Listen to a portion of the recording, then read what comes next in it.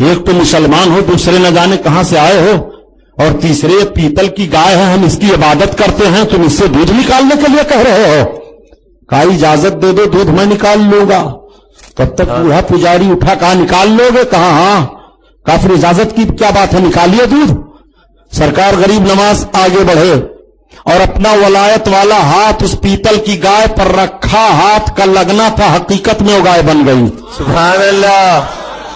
تھن نکل آیا, دودھ بھر گئے. آپ نے فرمایا مرید سے پیالہ لا. پیالہ دیا, ایک پیالہ بھر دیا دودھ سے, دوسرا پیالہ بھر دیا, تیسرا پیالہ بھر دیا, چوتھا پیالہ بھر دیا. آپ نے فرمایا تم سب لوگ دودھ پی لو, ان لوگوں کو بھی پلا دو. ان لوگوں نے کہا بابا دودھ تو وہ لوگ پیے جن کا پیٹ خالی ہے, دودھ سے ہمارا پیٹ بھرا ہوا ہے, اب ہمیں اپنے دھرم کا دودھ پلا دیجئے اور اسلام میں داخل کر لیجئے. غریب نواز نے کلمہ پڑھایا اور ان سب کو اسلام میں داخل فرما لیا. ڈاکٹر اقبال نے اسی طرف اشارہ کیا ہے, نہ کتابوں سے نہ کالج کے در سے ہے پیدا, دین ہوتا ہے بزرگوں کی نظر سے پیدا. جب ولی اللہ کی نگاہ کا عالم یہ ہے, عطائے رسول اللہ کا حال یہ ہے, تو رسول اللہ صلی اللہ علیہ وسلم کا حال کیا ہوگا؟ نعرہ تکبیر, نعرہ رسالت. اس لیے ان بزرگوں سے محبت رکھو, امام حسین سے محبت رکھو. ان بزرگوں سے محبت رکھو گے تو انشاءاللہ حشر اچھا ہوگا. بے شک.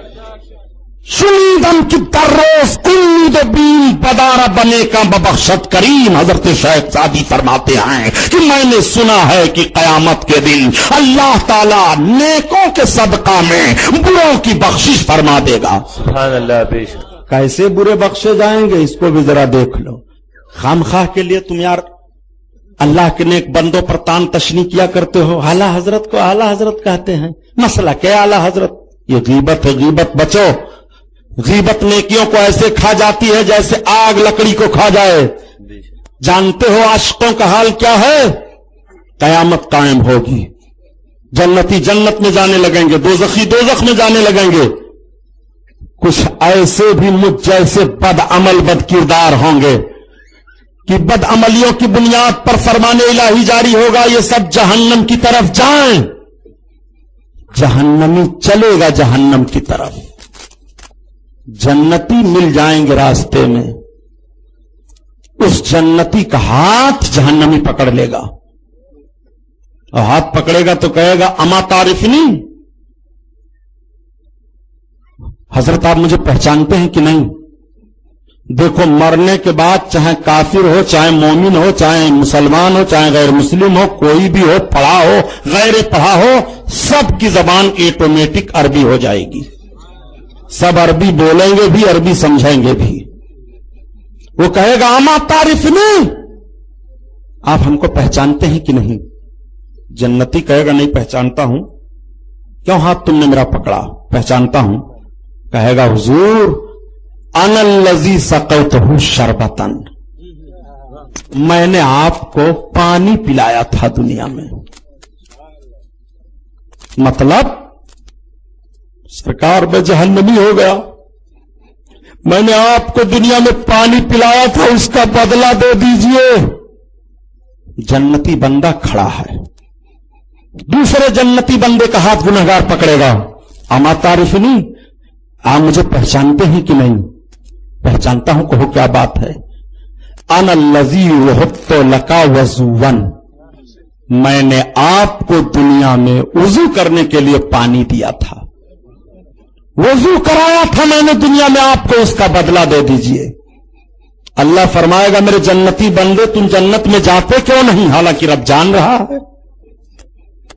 بندے عرض کریں گے میرے مولا یہ سب تیرے وہ بندے ہیں جن کی بدعملیاں ایسی ہیں جن کی بنیاد پر یہ جہنم کے مستحق ہو چکے ہیں, مگر اے میرے مولا اس نے مجھے وضو کرا دیا تھا, اس نے مجھے پانی پلا دیا تھا, یہ اس کا بدلہ چاہتا ہے. رب تعالیٰ فرمائے گا میرے بندوں ان کا بھی ہاتھ پکڑ لو, جنت میں لے کر چلے جاؤ.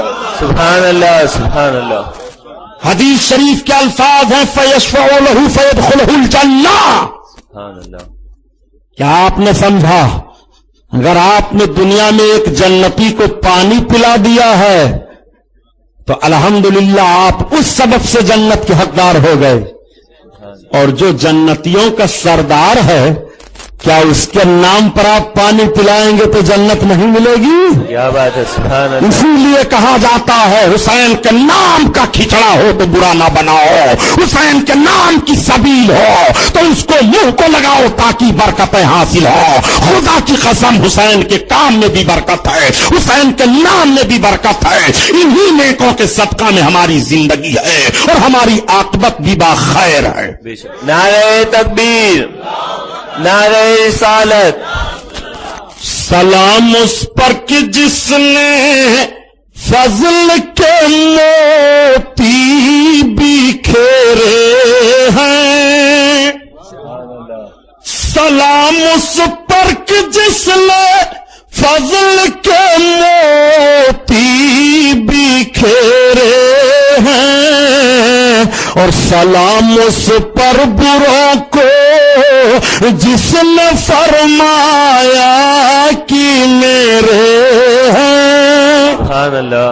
بس تقریر یہیں پر روک دی جاتی ہے. یہ محفل نور زندہ باد پائندہ باد. پھر انشاءاللہ کبھی حاضر ہوں گا، بیان ہوگا. السلام علیکم ورحمۃ اللہ وبرکاتہ.